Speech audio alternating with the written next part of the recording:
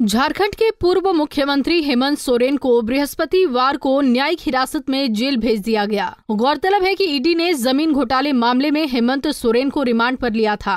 13 दिन की ईडी की रिमांड अवधि खत्म होने के बाद कोर्ट ने सोरेन को जेल भेज दिया। 13 दिन की रिमांड के बाद हेमंत सोरेन को ईडी ने बृहस्पतिवार को कोर्ट में पेश किया था। पूर्व मुख्यमंत्री हेमंत सोरेन को ईडी के विशेष न्यायाधीश दिनेश राय की अदालत में पेश किया गया था। यहां से हेमंत सोरेन को अदालत के आदेश पर होटवार स्थित बिरसा मुंडा केंद्रीय कारागार भेजा गया। वहीं जेएमएम नेता अंतु तिर्की ने कहा कि हेमंत सोरेन पूरी तरीके से बेगुनाह हैं। तिर्की ने कहा कि ईडी बिना किसी सबूत के जानबूझकर हेमंत सोरेन को परेशान कर रही है।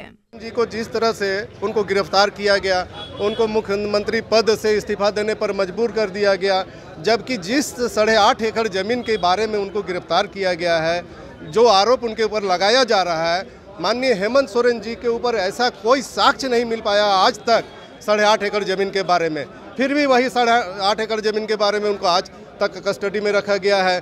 ईडी वाले रिमांड पर रिमांड लेते रहे, 5 दिन का पहले रिमांड लिए, फिर 5 दिन का रिमांड लिए, फिर 3 दिन का रिमांड लिए, लेकिन वो जो रिमांड जो है वो रिमांड भी गलत है। बार बार रिमांड लेना और उनको इस तरह से प्रताड़ित करना, जिस कमरा में जिस रूम में उनको रखा गया है उस रूम में ना तो हवा आता है ना रोशनी आता है, और ऐसे बंद रूम में रख दिया गया है जैसे लगता है कि बहुत बड़ा देश का आतंकवादी है, उस तरह का इनको रखा जा रहा है। ये एक राजनेता है और झारखंड के चहेता है, झारखंड के दुलारू हैं, झारखंड के लड़ाकू हैं और झारखंड के अस्तित्व में लाने वाले उनके जो पिताजी माननीय हेमंत सोरेन जी, उनके माने दिसुम गुरु जी के पुत्र हैं। तो इसलिए ऐसे लोगों को इस तरह का रखना कहीं से भी ये नहीं है, ये कोई आतंकवादी नहीं है। इसलिए उनको अभी भी अगर होटवार जाया गया है तो उनको कैंप जेल में रखना चाहिए, इसलिए कि वो पूर्व के सीएम रहे हुए हैं और झारखंड के एक कद्दावर नेता हैं। सिर्फ झारखंड के ही नहीं, पूरे देश में हेमंत सोरेन जी का एक अलग पहचान है। लेकिन न्याय के सामने तो हर कोई सामान्य है, आप व्यवस्था क्यों चाहते हैं?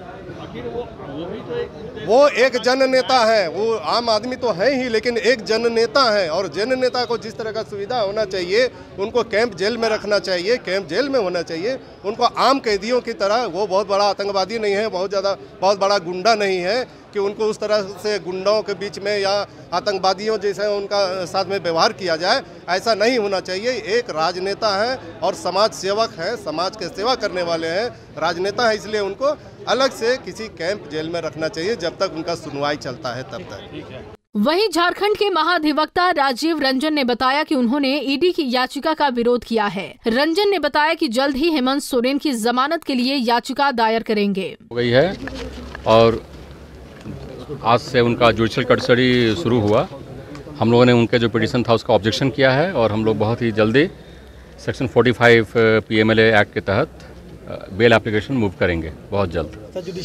कितने दिनों की जुडिशियल कस्टडी आज से शुरू हुई है, हमारा बेल एप्लीकेशन मूव होगा, उस पर निर्णय होगा।